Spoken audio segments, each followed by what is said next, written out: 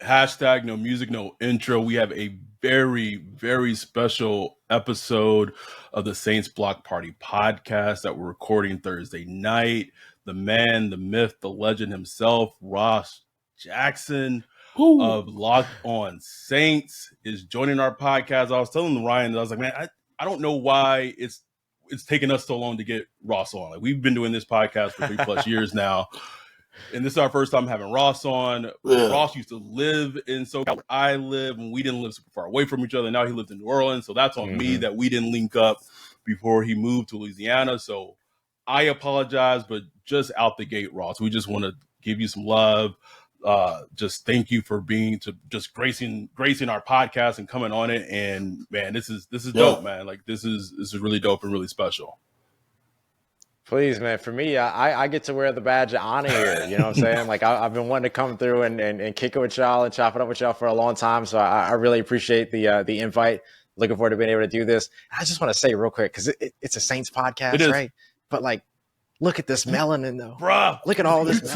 I love it. You still. I love it. I had it all synced up to say it, bro. But of course, Ross being the guy that he is, he had to steal it from out. I ain't mad at you. I know you too far ahead in the game, but I just wanted to say, like, even before we start talking about football, Saints, like look at this, man. Like, you have three men of color, black man. Yes, we're talking about the Saints, but it wasn't too long, and I know it kind of caused like a little uproar when I brought it up on Twitter. But I think it was like last year's Senior Bowl, and certain picture went out on social media of like people who were covering the Senior Bowl for the Saints, and I said something about it because at that point the only people in the picture that people of minority were Josh Hendricks and Juan Walker. I don't even know if Ron was even in the picture, and it just stood out to me. It's like, man, like this is New Orleans Saints. And this, keep in mind, I'm saying this is nothing against people who cover the Saints or anything like that. Right. All I was saying is that you have a team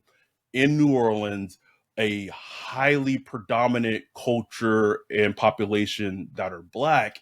And like the reflection of that picture post Senior Bowl, I don't know if it was last year's Senior Bowl, maybe it was 2021 Senior Bowl. I think it was. I think it was like February a couple years ago. So I think I was in LA for the Super Bowl. That sounds about right. And I just said something about it, and it as it does, it ruffles feathers and whatever. But like if you support us and you've always been a big advocate for us, and we just gonna say we're gonna keep shit real, right? That this is who we are.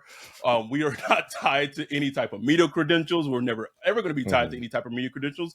And that's okay with us. But to just have this podcast happening it's meaningful and it's impactful. And it's anyone who's listening to this who may be a person of color who are younger and might not think that, getting into the media industry isn't for you. Like, don't listen to that. It's like, don't listen to that. It's all yours. It is. It's all yours. You got to make it what it is. Ryan and I do this. This is not our primary job. We do this as it became a hobby, but now it's become an actual business for us. Ross's media credential, working with Locked On Saints, like there's so many opportunities for people out there that want to get into the business or whatever it is. It doesn't have to be sports; it could be whatever it is. And then I just wanted to point it out because I thought about it earlier and just it really hit home of how cool this moment is. Yeah, I'm right there with you, homie. And we're all bald. Yeah, we're all bald too. Just. Yes, yeah. That's because we're black. Is what that is. And I wanted to add the main reason I never came at Ross about getting on. You always working, bro. Like every time you dropping a video, when something happens, you got a video out like 15 minutes after. I was like, I'm not even about to burden this man with coming on our podcast. No burden at all, man. Happy to do it. But yes, I do try to be there and be there at the moment that is necessary for sure. So I hear you. I appreciate that. And we want to like anyone who listens to Locked On Saints or just like all you see from Ross of his content talking about the Saints, like that is like the genuine person of just being a good dude. Like that's him. Like Ryan and I met with Ross the first time last year at the Senior Bowl, and all you see that comes through his videos and his podcast, that's just who Ross is. And this is the industry where whoever someone is may be who they may portray on a camera may be completely different than who they are in actuality. And that's not Ross. That he is who he is. He's a good dude. We are going to cut it up. And of course, like I was so excited, stoked about this podcast. Like we're gonna talk about training camp. There's some hope, there's some optimism, and it act in the most Saints-like manner. Just boom. Ryan and I had a very extensive podcast about this earlier this offseason when they brought Jon Gruden in earlier. Like I was just irate. It was just so just like this team doesn't get it. And DA kind of brushed it along, blah, blah, blah, whatever. And then it's like, well, you thought that was going to be it. Nope. Right. Jon Gruden, reported by Jeff Duncan, will be visiting the team tomorrow on a Friday. And it's just one of these things where, and I don't want to completely say it's just under this regime type of thing in terms of like their thing. But I've said this before on this podcast, and I kind of stand by it, is that, Dennis Allen kind of feels like he needs to win now, right? Like he has no recourse but to win, and whatever, minuscule of morals that may be associated with it may not be like attached to it, because it's like if we can get this person in, this ex-coach that knows Derek Carr and can help us win, then we're gonna do it. I know you did a segment about it. Just chop it up with us in terms of just when you saw that news, what stood out to you. Yeah. This is an interesting storyline, and it's one of those storylines that I never try to shy away from stuff like this, because look, like this is important stuff, and like this is kind of that intersectionality of being a sports fan, but also feeling safe about being a sports 100%. Fan. And sometimes that's like, especially for women who are NFL fans in particular, like that is such a tough conflict that they have to strike. You have to fight to be a fan sometimes as a woman, and you shouldn't be in those situations. And so with this is kind of just another one of those reminders of that. I mean, like, let's be real. Like Jon Gruden effectively resigned in disgrace because of the emails and things like that. I don't care how long ago the emails were. The emails were the emails, right. And that's just what that is. Like if you behave a certain way, it doesn't mean that you get to get away with it. There's no statute of limitations on racist, homophobic, and misogynistic stuff. Like you would think not. Right. And so I get it 100%. And like my personal feelings around it are kind of like, what's the point? Like why would the optics of this be something that is worth it? Because ain't no way in 2024 at the beginning of the year, we're looking back and going, man, thank goodness they brought Jon Gruden in for 4 days. Right. Like that's not going to happen. You know what I mean? And so I don't fully agree with the Saints strategy here, but I understand what it is they're trying to do. It's kind of like the old Chris Rock thing. I'm not saying I agree, but I understand, like that whole thing. And so when I look at it from that perspective of it, it's exactly what you mentioned. Like this is a team that wants to win. And if they feel like this is going to, that's going to give them this little bit of an edge to get them closer to that. Derek Carr believes that his best years were with Jon Gruden. And the Saints system isn't too far away from what a Jon Gruden system has always been. You can't bring Sean back to help him out. Drew is not interested in coaching, it seems like. And so who are you going to go to, right? You got to go to a guy like this. And he's the only one that's available. He's the only one that you can tap that's not in the league right now, affiliated with another team, and say, hey, come in and work with our quarterback. And so that's what they're doing. They're doing it because they feel like it's going to give them an edge over on the offensive side. And personally, I disagree with it, but I understand what it is that they're trying to do. I just don't really see how a couple of visits with Jon Gruden is really going to put this team over the top. Like, I don't think any of us are ever going to look back and go, well, that was Jon Gruden right there that did that. Like, if the New Orleans Saints offense turns around, we're giving that credit to Derek Carr. And if the offense turns around, we can give some flowers to Pete Carmichael too. But I don't think that we're going to be handing anything out to Jon Gruden. I'll say this, I'll let Ryan give his thoughts. Man, this second visit on a Friday, I know how NFL teams are sometimes. I wonder, and this is no inside knowledge at all, right? I've been too busy to even ask Saints questions. But is this like a softening up of he's not affiliated with the team right now, but would it so completely shock you, just like, oh, Jon Gruden's being hired by the Saints as like this special, offensive coordinator, senior, and it wouldn't surprise me in the least. Not one bit. Not wouldn't one shock bit. me at all. I think the only thing that may be holding that back, I don't know if it would hold him back, because there are coaches that have sued the league and been employed at the same time. But I know Gruden does have like a case going against the league saying they tried to get rid of him by leaking those emails or whatever. But I guess I just keep wondering, like, are the Saints kind of being used by him to kind of get his toe back in the league? Because face it, the dude loves coaching. He loves being a part of the NFL in some facet. Media, on the team, whatever. He has to be a part of it. So I'm wondering if he's kind of using the Saints just to Get his name out. Just to be around, like just to get his name out. Look, he's just kind of soften the blow. And then, maybe another team will come calling or whatever. I wonder if that's the case, because I know DA has like a ton of respect for Gruden for some reason. And look, he was a good coach in his time. He has all the feathers on his cap, so I can understand. And we know how these NFL coaches, a lot of them think. 80% of them probably see nothing wrong with the emails. Like, just like they're probably like, what's the big deal? Probably close to like my 90. dad talks like that's that. probably close to like 90, bro. Like I think that's understood. So, let's just keep it buck here. Right. But I'm just wondering because it just can't all be, we just trying to help Derek Carr. Like, what are you doing? Like, what is Jon Gruden doing there that's helping Derek Carr right now? I don't know. Maybe I don't know. It could be true. I don't know. Yeah, I think that I think there is some truth to it. I'll be honest with you. I think that there's some truth to it, to how it does help Derek Carr. But I think that I don't want to call it cosmetic, but that's kind of what it feels like. Like, it's a cosmetic help.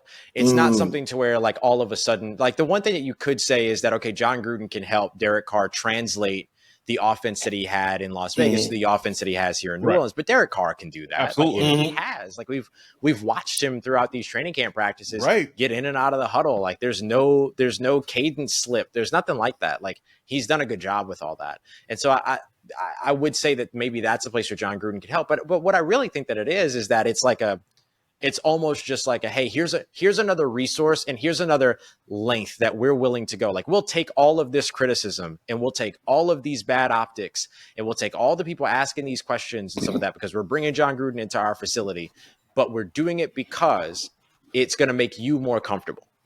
And so it's kind of like how Sean Payton just recently went after Nathaniel Hackett to kind of back up Russell Wilson. Here's Dennis Allen and the New Orleans Saints doing something that maybe is going to get them some backlash, but they're not worried about the backlash. They're worried about, how does this make our quarterback feel?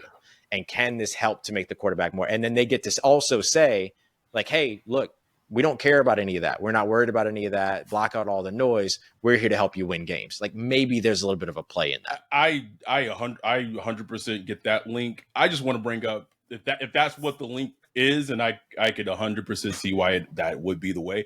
Did anyone think of like the timeline of this? Because AK, like, I'm going to be real. AK just went and met with Roger Goodell yesterday. Someone in the team thought it was a good idea, and this is not me advocating or being a fan of Jon Gruden coming in. It is what it is, so I have to speak on it. Someone thought that AK meeting with Goodell on Wednesday, followed by 2 days later, Jon Gruden, the man that resigned and is suing the NFL, is coming in 2 days after that. Did they not even like maybe schedule like a week later or like the week before? That's some. Well, look, we're the bad boys of the NFL type attitude is what that is. It's the bad boys. That would be like something like Sean would do, but like Sean, but Sean at that point had like earned that respect to do some like bucking the trend towards the league. This is DA, bro. You don't have a winning season on your record so far, bro, and you're the star player of the offense. You're hoping that maybe he doesn't get suspended, or at the most he maybe gets 4 games, but you're gonna be like, all right, go talk to Goodell on Wednesday, but we're gonna bring in someone that's suing you 2 days later. It's not smart. It's not smart. Anyway, I won't stay too long on the Gruden thing, because I could make another whole podcast out of it, and this is not what we're doing. Training camp. Obviously, Ryan and I aren't there. Ryan and I utilize your observations, John Hendricks' observations about what you're seeing, players who are standing out, things you're noticing, rookies, all that. So I'm just going to throw just a general training camp question at you. Yeah. What offense, defense doesn't matter. What's been like your biggest takeaway in this year's training camp under Dennis Allen with this year's Saints roster?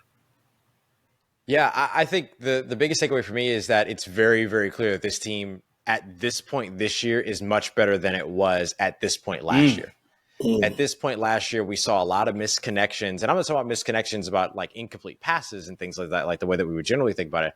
I mean, like, we saw a lot of false start penalties throughout training camp. We saw a lot of these like jumping off sides penalties during training camp. We saw them have to reset a ton. We saw maybe like missed cadences or issues with, snap counts and things like that. Like, that was a big thing that we saw throughout a large portion of camp. This year, it's been entirely different. And it's not only been entirely different just because it's been Derek Carr, but like Jameis hasn't had any of those issues.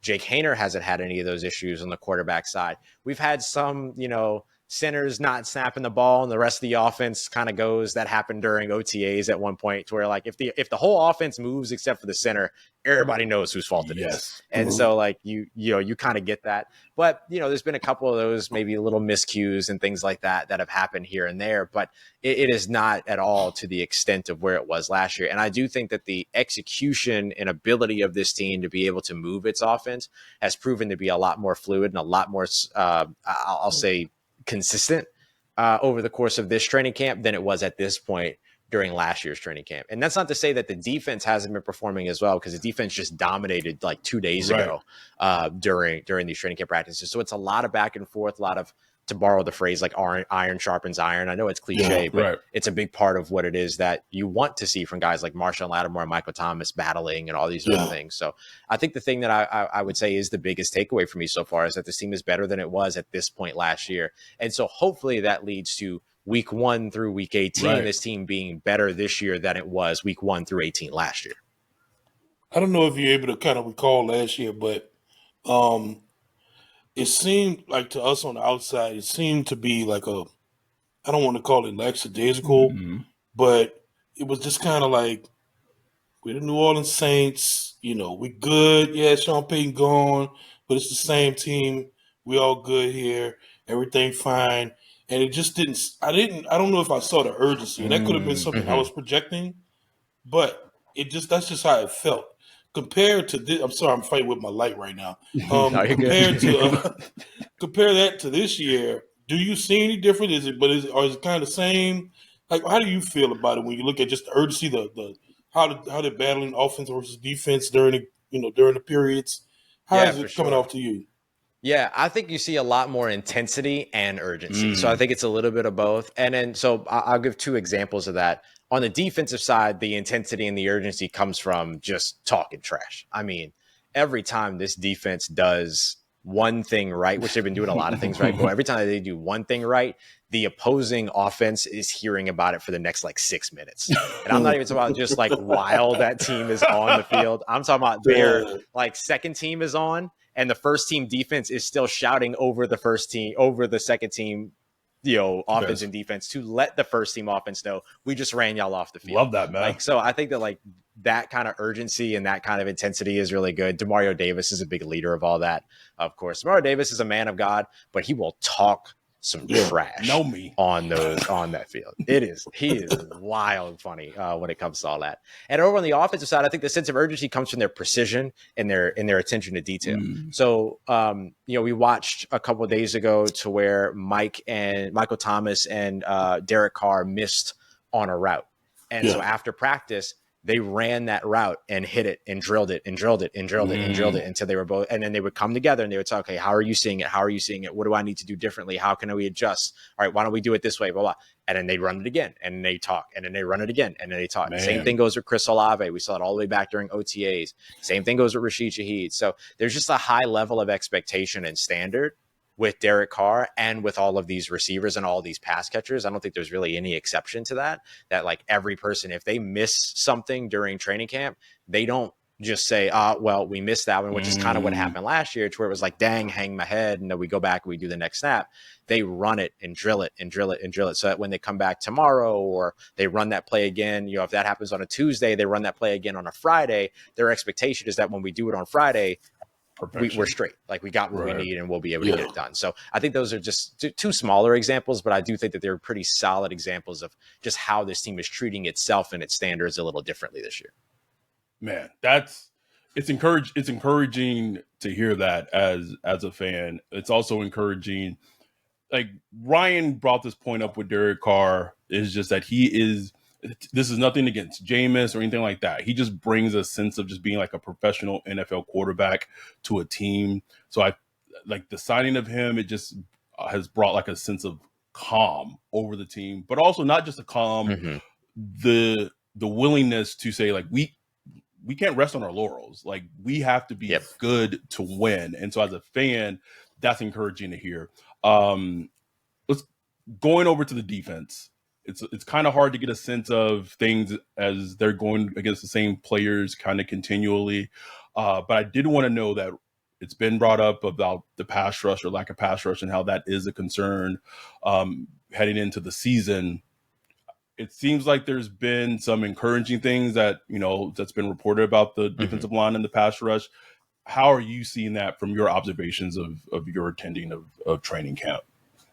Yeah. I think a couple places where you've seen some good play from the pass rush have been guys like Carl Granderson, Tonopasio, and Hey, and it's Peyton okay, Turner. bro. You can say it.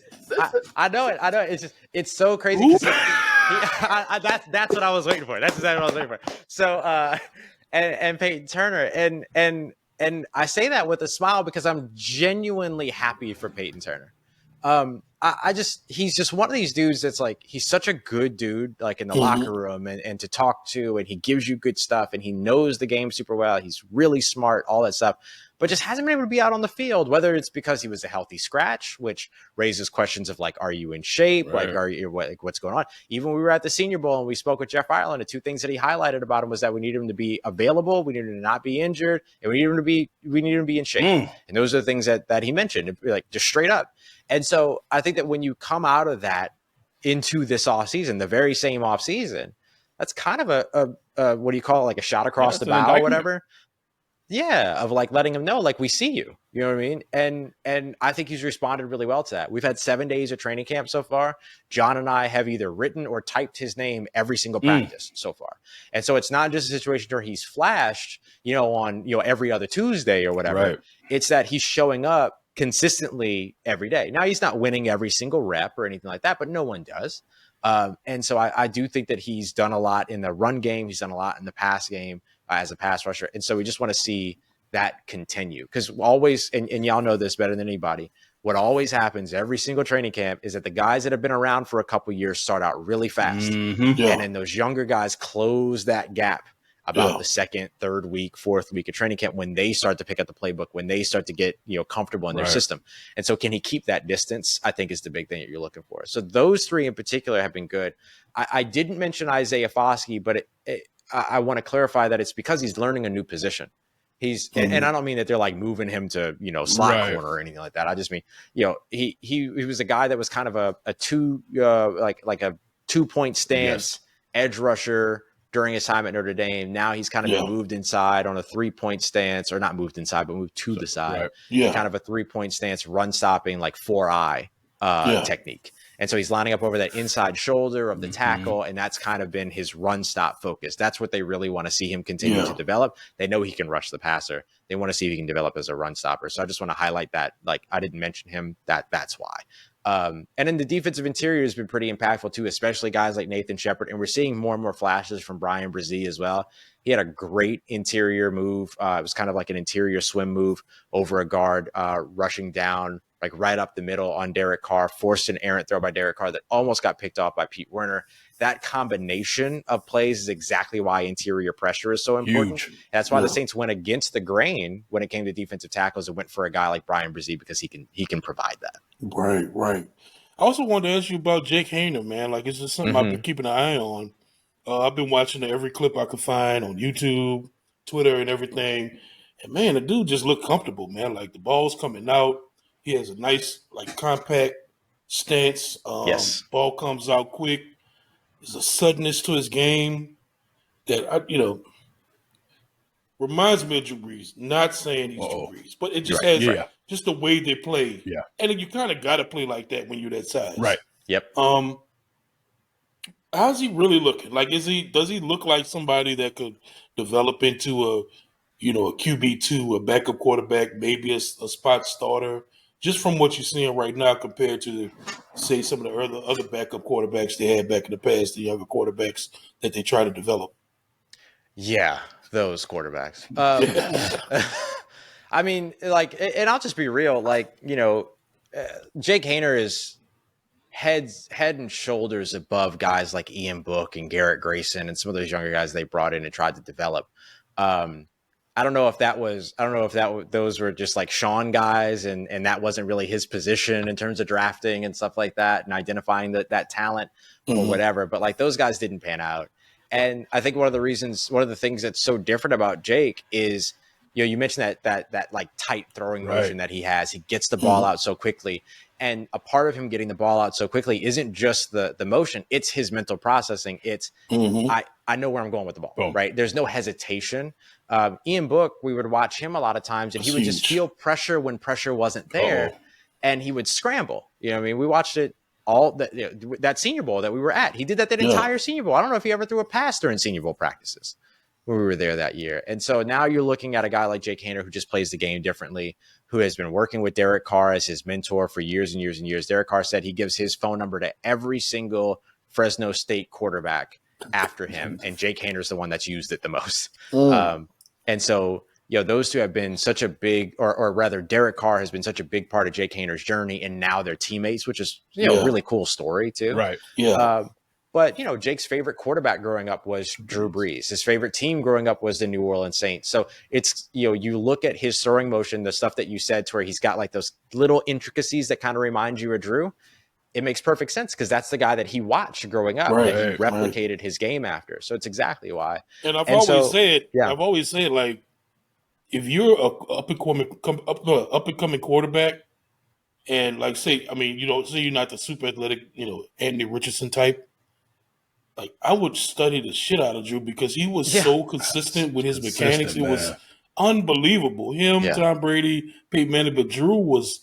You could go to just Google Drew Brees throwing, and like every picture from like 15 years, it's like the same pose. And Drew had to even be that more so than Tom Brady and Peyton Manning just because of his stature. Tom Brady and Peyton Manning had like a little margin of error. If they weren't like perfect, they could maybe overcome it with their height and how bigger they were. Drew didn't have that option, bro. Like I remember going to my first Saints game and seeing Drew, man, was my first Saints game the 49ers playoff game? That might be my first. Oh, no. It wasn't. That was not my first Saints game. And you went back? No, that was not my first Saints game. My first Saints game was against the Falcons, the Katrina year, where Falcons missed the field goal, but the Saints had a holding penalty on the field goal attempt and they kicked. That was my introduction to in-person Saintdom, and here we are. But just seeing Drew in person play, it was just like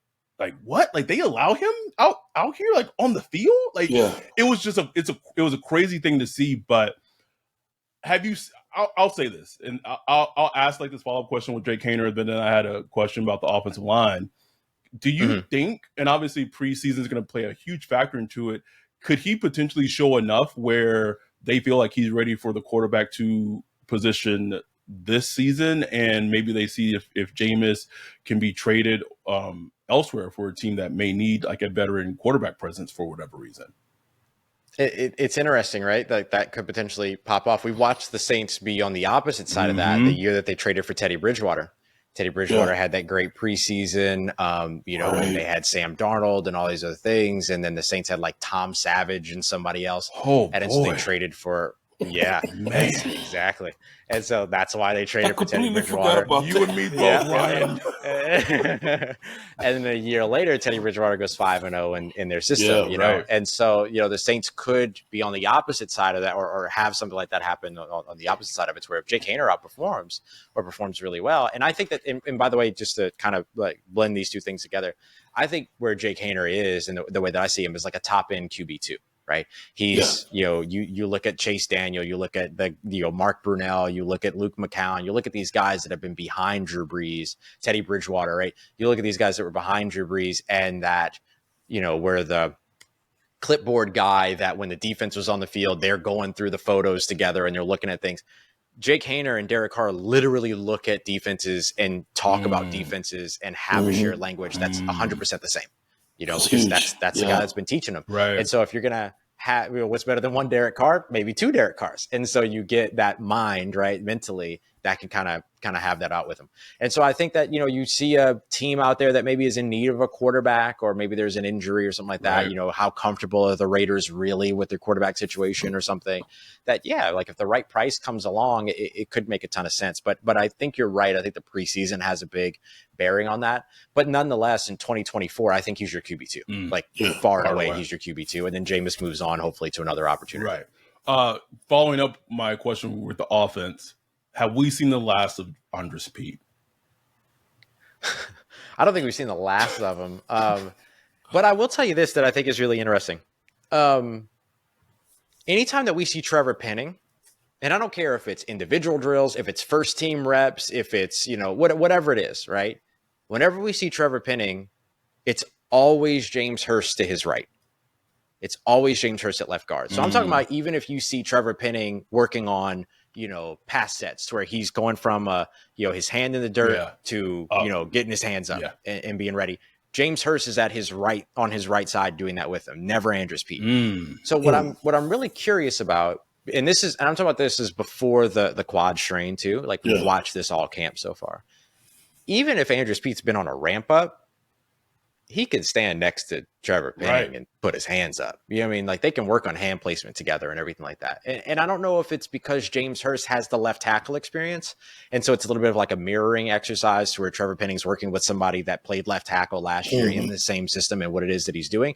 Or if it's like, hey, get comfortable with this guy standing next to you because he's going to be standing next to you. So I'm really interested to see what that is indicative of by the time that we get into the season. But I will say this, that with Andres Pete missing time, James Hurst has gotten a lot of those left guard reps. And the thing that I keep saying is that if James Hurst shows the Saints that he is starter quality at left guard and Andres Pete's still dealing with injury concerns, they should listen to what James Hurst is telling them. Right. And I don't think that. And so, we'll see if that ends up happening or how long Andres Pete misses with that quad train. It's been two practices already. We'll see if he's back out there this weekend. But it's, the longer that he's out, I think the more opportunity James Hurst gets to say, hey, this is my spot now. Exactly. And look, even if you think Pete is a better player than James Hurst, availability, man. Huge, man. Availability is such a big part of it. Available. So that plays such a huge part in the evaluation. So I'm keeping my eye on that. I find that extremely fascinating. Especially considering Pete taking a pay cut this offseason and basically on his last year deal. Yeah, he celebrated the end of his contract and all that. That's going to be fascinating over the next couple of weeks. Yeah, and remember too, also they did pick up Cesar Ruiz's 5th-year option, so both of those guards are potentially on their way out after this year. Cesar Ruiz had one of the best run blocks that I've seen all training camp. I can't remember who it was on, but it doesn't matter because they don't have a number anymore. He laid out whoever that was. I can't remember who it was, but he put that dude in the dirt. Bullying works. And so I think he's just got a lot of confidence. You know how it is, right? You have an injury. There's the physical part of returning, and then there's the mental part of returning, of being comfortable with your body. And Cesar Ruiz has just shown 100% that he's very, very comfortable. We asked him, how does it feel to be out of the boot? And the first thing he talked about was, his Jordans. I got my Jordans back on. I'm Gucci, I'm good. And so, he has just made sort of that mental recovery already. Yeah. And I think that plays such a big part in your game as somebody that's able to come back there. And you know how the Liz Frank injuries are too. Once, especially when it's a complete break, once that's kind of healed, it's almost stronger than it was before. So I think that's why a lot of guys have some, I don't want to say stronger than it was before, but it feels better than it does. And so that's why you see a lot of guys come back from those Liz Frank injuries and have especially clean breaks and have a lot of confidence in that injury as they move forward. Taysom Hill last year is a good example of that. Yeah, that's right. Taysom did have the the same or the injury prior season before He this. just came back. Yeah, he just came back last game of the previous season. Yes, a mutant, an absolute mutant of a player. Dude's wild. But you brought him up. Like, how does he fit into this offense? Because me and Ryan have been bringing it up, and we have no idea how he fits into this offense. About Taysom? Mm-hmm. Yeah. I think it's still under center. I mean, we're seeing a lot of these second team snaps, second team drills, if you will. I struggle to say that because they've really been mixing up. Gotcha. Like first team, second team, third team conventions kind of gotten thrown out, and you're seeing like Rashid Shaheed play with Jake Hayner in the third team snaps and stuff like that, which I think has value. But when it comes to Taysom Hill, like we're watching him and Jameis most of the time alternate reps at quarterback during the second team periods. And so I think that that's his spot. I think that that's where they keep using him. And look, they're going to say all this stuff about how they want to utilize him at, receiver more and all those other things. And I'm sure that's true. I'm sure that they do want to do that. But we all know where it is that Taysom Hill mostly, is able to impact the game most reliably. Yeah. And it's as a runner from under center, particularly in those short yardage situations. And I don't think that that's going to change. I think he'll continue to be there. I know a lot of Raiders fans who have found their way over to Saints podcasts and stuff like that have kind of questioned like, whoa, wait, they're going to take the ball out of Derek Carr's hands and put it in Taysom Hill's. It's like they took the ball out of Drew Brees' hands and put it in Taysom Hill's. They will take it out of anybody's hands and put it in Taysom Hill's because Taysom can do things that neither of these guys can do. And that's exactly what one of the things that, Derek Carr said at one point was like, look, I can't do the things that Taysom can do. So I'm happy to share the field with him and have him come in and kind of run those plays and things like that because Taysom's not running. Derek Carr's not running a QB power anytime soon. No. And so I think you see all of that from Taysom that's probably still going to be his role, and no amount of tight ends being added to the roster, I think, is going to change that because none of them can step into that role in particular. But I do think that getting him involved, I'm talking about once or twice a game, get him a target in the passing game. I think that does enough for you to where as a defense, you have to honor that when he's in the huddle. Exactly. And look, speaking of Taysom Hill as a runner, he did average, 6 yards per carry. It's wild. But then you add in Jamal Williams. Yep. Invigorated Alvin Kamara. And the young gun, Keandre Miller. Could this running game really be a serious thing, man? What are you seeing as far as the run game? Yeah, I think so. And look, I think the Saints defense has played really well against the run. So this kind of skews a little bit. You're kind of trying to project, okay, if they weren't going against a good run defense, what would have happened there? Are they're really disciplined in their run fits. I think that was a big question. They've shown well throughout training camp. They're in position. It's so hard to evaluate because it can't hit nobody. Right. You can't take it to the ground. Yeah. Right. Like you can be in position all you want, but if you don't make that tackle, you don't make that tackle. Right. And that's unfortunately the truth that we learn weeks 1 through 4 in the NFL, where every running back goes wild. Yes. And so, but what I will say is that, for the Saints run game on the offensive side, I think what you're seeing is a lot of versatility. Jamal Williams has slimmed down. He went from 230 down to about 217. Some of that's the New Orleans Heat. And then the other bit of it, is that he's preparing for a more multiple role, kind of something more akin to what he did in Green Bay when he was the change of pace back for Aaron Jones back then. And so he's, catching passes. He's running, outside. They're running stretch runs with him. They're running stretch runs with Kendra. They're running these guys up the middle. They're doing everything with them, which is very different than, I shared that run chart last year of Alvin Kamara's runs in October or November or whatever it was. And it was just all so condensed. It was like, what are you doing? We know who Alvin Kamara is. It was so frustrating to see that. Oh my goodness. Yeah. And so now I think when you get these guys that kind of have this versatility to where you can put them on the field and say, okay, yes, you can run up the middle, but also you can do all these other things, that helps to kind of discuss. It's the Mark Ingram and Latavius Murray effect, right? Like you didn't really know just because they were on the field that it was going to be a run because they worked them into the passing game so much. Even though before they were in New Orleans, they weren't really passing guys. They weren't receiving guys. And so I think you'll see that same thing with Jamal Williams and Kendra Miller, and that's going to help to open up that run game a little bit. Because you think about, just from a schematic standpoint, if you've got, let's say you're in the red zone and you've got Taysom Hill under center, and then let's say you've got Jamal Williams in the backfield, we'll throw Jimmy Graham in just for fun as an inline tight end. We'll say Michael Thomas is on the outside. and then maybe it's a 12 personnel. So you've got maybe Juwan Johnson and maybe Chris Olave on the outside. Each one of these guys is a red zone threat in their own way. Yeah. And so if you have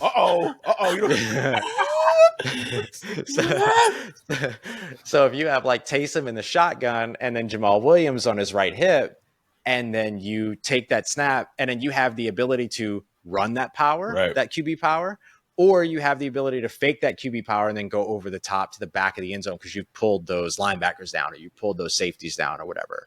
Or you have a fullback that's in, maybe you go 21 personnel, and so you take Juwan Johnson out, but then you put, let's just say Adam Prentice for now, although he's got competition this offseason, and Jake Vargas. Let's just say it's Adam Prentice though. You start him out in the slot for no reason, and then motion him across, which we see all the time. I was waiting for it. Yeah, you said the M word. I was about motion. What's that? And you motion him across. As he crosses behind Taysom Hill, he snaps the ball. Everybody expects power to the right side, and he's going to follow the fullback. But Jamal Williams goes to the outside, right, to the left side, on the weak side of it all, the back side of the play. And so you have all these options. Or you fake that power, and then you go to somebody in the back of the end zone. Or you just run the damn thing and let Taysom Hill do what he does. And so that's what I really look at. But look, I'm going to clip that, what you just said. Clip it. I'm going to send it to you, and you go to Pete Carmichael and play it for him. In a presser, bro. Just play it for him. Hey, Pete, can you listen to this? Can you do that? I promise you, if I've thought of it, they've thought of it. Are you sure? Bro? I don't know, bro. I don't know. We watched every game last year on Zoom. I wouldn't see it. If they haven't thought of it, it's fine. Just cut me the check. Cut me the check. Just a little check. Pay me for it. Yeah, I don't need a salary. I just send me a royalty. If you play the game, just give me a small percentage, and we good. We good. Moving on. That's it. I'll take 6 figures and I'll be out your life. Don't even worry about it. No, that's right. Don't even worry about it. No, that's right. One thing about this training camp that's been like the story, especially defensively, of this training camp, who is going to win the starting cornerback 2 role? It's a highlight that Ryan and I talked about even before training camp started, and I'm putting Ross Jackson on the spot. I know training camp's not over. I know there's not even preseason games. Who is the week 1 starter opposite Marshawn Lattimore? I've been saying it from before training camp, and I'll stand by it. It's Paulson Adebo. Man. It's Paulson Adebo. And I know people are in love with Alontae Taylor and everything, as well you should. The dude's a dog. I mean, he's outstanding. But look, Paulson Adebo has – and here's what I'll say.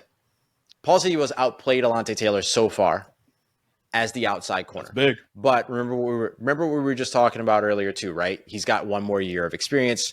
Alontae Taylor didn't really get a training camp last year because he was dealing with injury. Right. This is kind of his first full training camp, although he left early with hamstring tightness on Thursday. We'll see if on Wednesday. We'll see if he's back out there this weekend.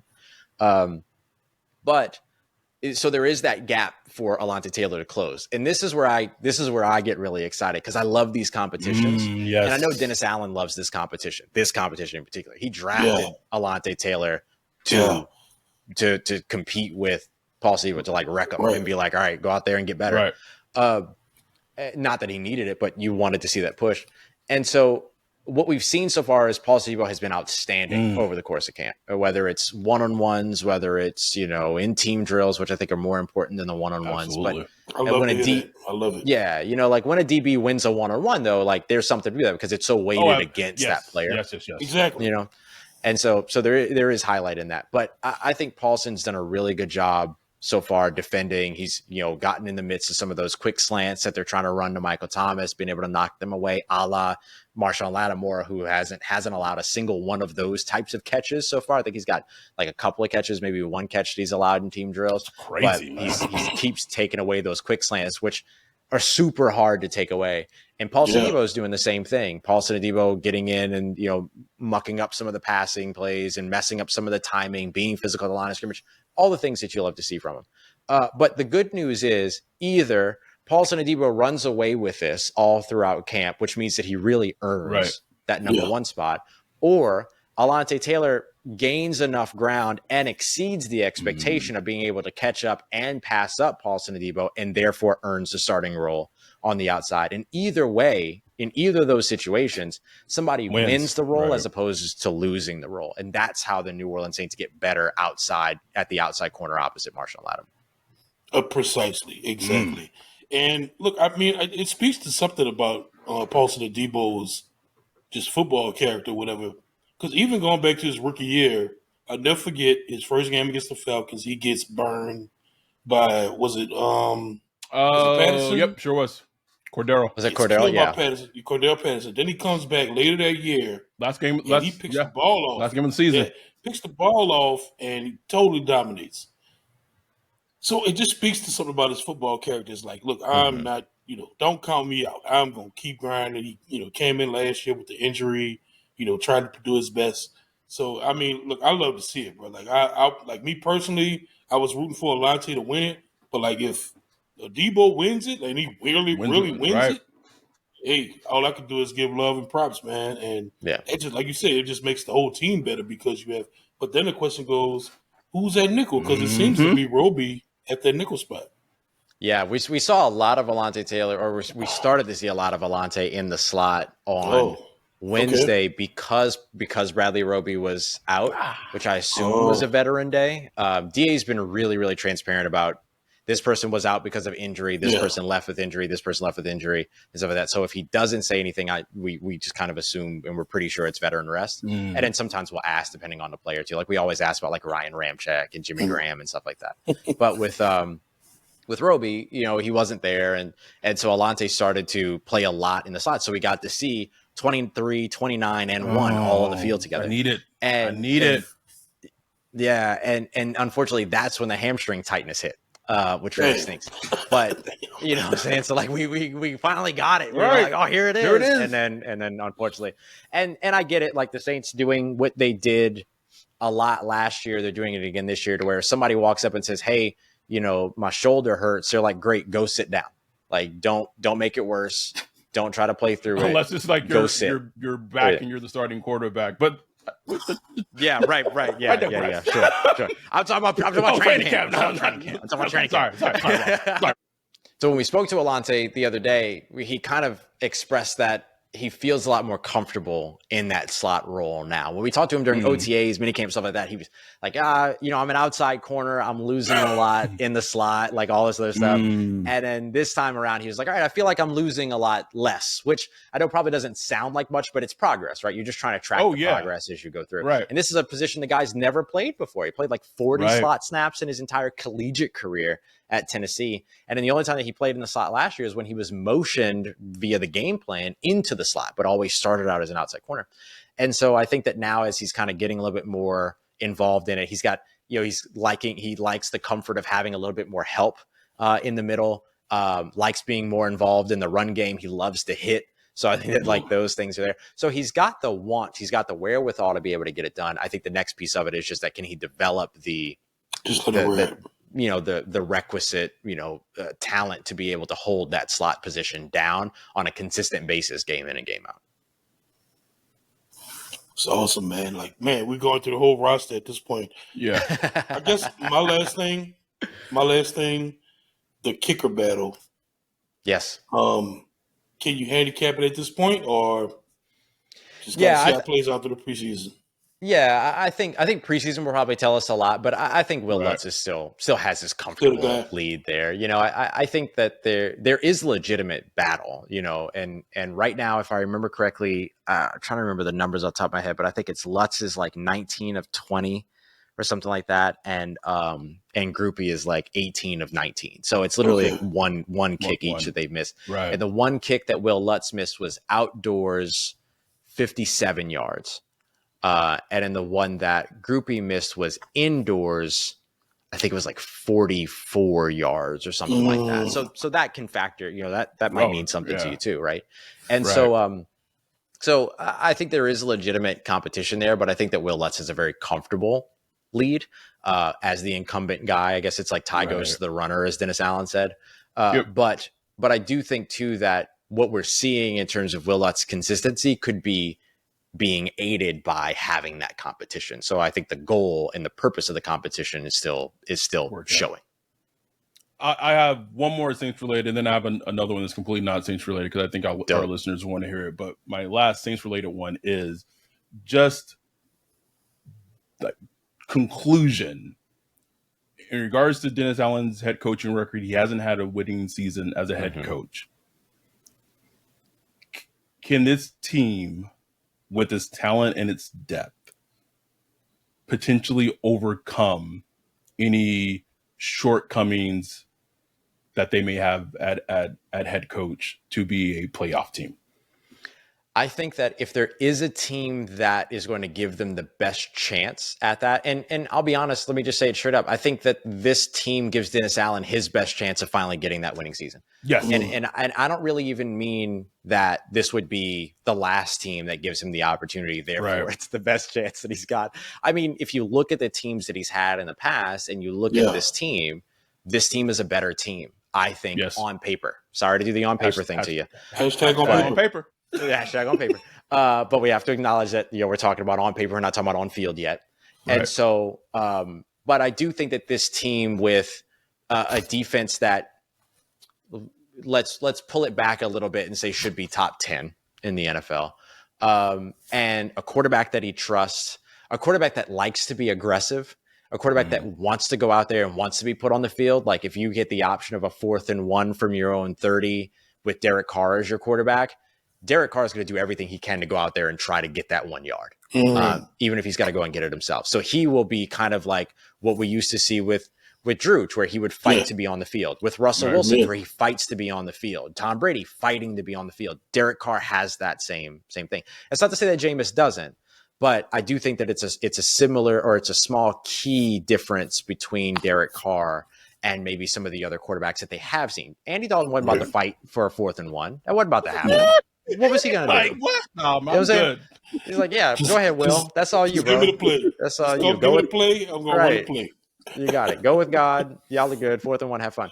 But like Derek Carr's going to fight to be on the field for that. So I do think that creates a little bit of aggression. Saints related. Your journey. If you just give our listeners who's just inspired, that what you've been able to do in your career, what you've been able to become, being a credentialed member of the media covering the Saints, living in New Orleans, you lived in California, you've done things from the entertainment industry. What is the very quick, what was those things we used to do? Cliff notes. Kids don't even know what Cliff notes are anymore. They're like, what are that? What is the Cliff Notes Ross Jackson story of how you've been able to become and accomplish what you have thus far in your career? Yeah. All right. I'll do my best here. And thank you for this question. It's so nice to just be asked about myself. I was am a born and raised New Orleanian that had a passion for sports where opportunity never met the passion. Mm-hmm. And then I eventually found a space where opportunity and passion did meet. That was in the entertainment industry when I worked in theater. But even as I was working in theater and I was doing things like, repertory theater and, regional theaters and smaller stuff when I was living in Arkansas at the time, post Katrina, because I got pushed out by Katrina. When I went to grad school for theater and for stage management, which was my role, I didn't act, but I did a lot of the backstage stuff. I was producerial. Right. And so even when going to grad school, I went to grad school out in California with this little thing in the back of my mind going, all right, well, if you get an opportunity to PA for ESPN, LA or something like that, or Fox Sports in LA or something like that, that's what you're actually going to go and do. You're going to leave this theater stuff behind. And that never happened. But Broadway did, off-Broadway did, national tours did. I got to do some incredible stuff and work with some incredible people. It's one of the reasons why I have all the patience that I have, because I've watched the greatest actors fail over and over and over and over again until they don't fail anymore. So maybe that's a part of where my patience comes in from watching practices and tracking progress and stuff like that. And then I got an opportunity, man. There was one guy, Tyler McClatchy, who I owe everything to, wrote something on the New Orleans Saints subreddit about how he wanted to start a blog and needed some writers. And there was a particular person in that group that said, you'll never find good people for free. So I said, to hell with you. I'm good and I'll do it for free. And I did it, and I fell in love with it. My first piece that I ever wrote was about how the Saints' rebirth kind of aligned with my own. Of coming out of homelessness and, Katrina, because I was homeless before Katrina, and then I don't know if there's such thing as mega homeless, but then I was mega homeless after Katrina. And then when things started to go right for me and my mom, things started going right for New Orleans and Steve Gleason and all these other things. And so even when I wasn't in New Orleans, I was running on the same trajectory as New Orleans. Right. And so it gave me an opportunity as a writer, which I did a little bit of journalism in college, but nothing important. That was my opportunity to be able to reconnect with my city while I was in California, as you mentioned. And then started doing some podcasting with them. And then one day, David Locke, who's the founder, CEO, president, whatever of Locked On, he hates all of those titles, so I never know what to call him. And so he called me up one day and said, "Hey, would you be willing to do what you do, but do it 5 days a week?" And like we were talking about before we started recording, I just say yes to stuff. Right. And then either it works or it doesn't work. Like if it doesn't work, it's not the end of my life. Right. And turns out it wasn't the end of my life, but it was the beginning of a whole new life. It gave me the opportunity to be able to come home. I'm in this beautiful house. Like this is my first night in this new house. This is the first time I've lived in a house for 20 years. I've lived in trailers and cars and apartments. You know what I mean? And, yeah, I mean, that's the journey. And as far as I'm concerned, it's only the beginning. Oh, hell yeah. And I'm grateful I get to share it with bro, y'all. Bro, like, I see you, like, I watch you, and I'm like, this dude has so far to go, he doesn't even realize it yet. Like, he doesn't even realize it yet, man. It's crazy. Thank y'all, man. I really appreciate it. Did you go to NOCA when you were in New Orleans? Like in high school and stuff? Did you do NOCA? No, I didn't make it to high school. Katrina. So I dropped out of school when I was 13 after my dad left and everything. Okay. And so I wasn't in school. And then once Katrina came through and everything, that ended up pushing us out. I got back into school after Katrina because they were just letting people in school. They was just like, take this placement test, whatever, like just come in. And then so I just like took a placement test and I got back in. But I was a middle school dropout, man. Like I didn't finish learning how to read until I was in college. Like that just it just goes to like, and this is just a life lesson. This is like beyond football, beyond anything. Like it doesn't have to be the end of your story. Like if you're listening to this, if you're going through a hard time, it could be whatever it is, right? Homelessness, addiction, whatever it is that you're experiencing in your personal life, it does not have to be like the end of your story. Like the story can continue. And, Ross is just an inspiration and like an actual, like a testament to that. And it's amazing, man. Like, thank you to hear your story, to hear you being so open and honest with us. It's a privilege. It's an honor for you to, tell it to us and also tell it to our listeners on our podcast. We talked about it at the beginning of just how awesome this moment is of like all the melatonin on this podcast. And we're talking about the Saints. We're laughing, we're having fun, and it's wild, man. It's a wild thing, and we are so grateful and thankful that you came on and topped it up with us. And like we have to make this a more regular thing. Like it can't be like 3+ years where this is the first time this is happening. Don't do Ross that, bro. Ross gonna be looking like that Popeyes lady, man. Just like I need a break, man. Like come on, man. I'm fighting for my life. But when we'll be out there in November for the Bears meetup, man, please know that the invitation for you to meet us at the meetup and just chop it up with us as we party before the Bears game, it's an open invitation, man. Thank you, man. We'd love to have you there, and just and thank you for for supporting us. Like I know numerous people, they've said that they came to our podcast because it was a mention that you said on your podcast. One of our biggest supporters, London. We had the West Coast brunch at Mastro's last weekend.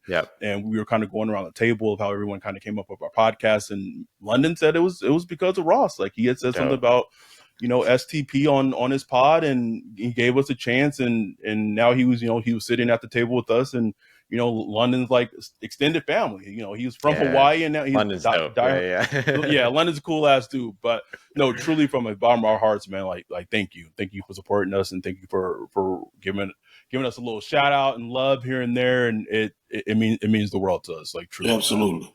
It's a pleasure, guys. Like, just, I mean, I don't know. I'm at a loss for words about like how meaningful all this is to me at the moment. But like, the way that I've always seen it is, there's nothing worth having if you can't share it. And but at the same time, it's worth being selective about where you share. Yeah, absolutely. And y'all, it was never a question. It was never a question. Like, I will always support. So I appreciate y'all, man. No, man, we thank y'all. Thank you for coming on.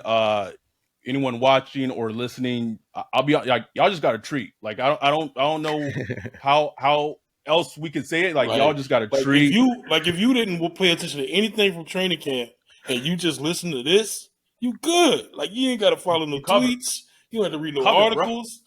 You good. But please read Ross's and John's articles. Give them the click. Please don't listen to this so much. Like, come on, bro. But bro, for real, Ross, thank you for coming on, man. We got to have you on sometime during the regular season. You have to come through at our meetup. We'll give you the information later. We can't putting that on the airways. You have too many people popping up that ain't supposed to be there. But no, we appreciate it, man. Thank y'all for listening. Check out Ross on Locked On Saints. He does like daily shows. Check out his work in terms of his articles on Sports Illustrated. Also check out John Hendricks' work on Sports Illustrated. Yes. John, super cool ass dude, dope as hell. We appreciate y'all. We'll let you go now. Thank you so much. We'll be back next week. And with that, we're out. Peace.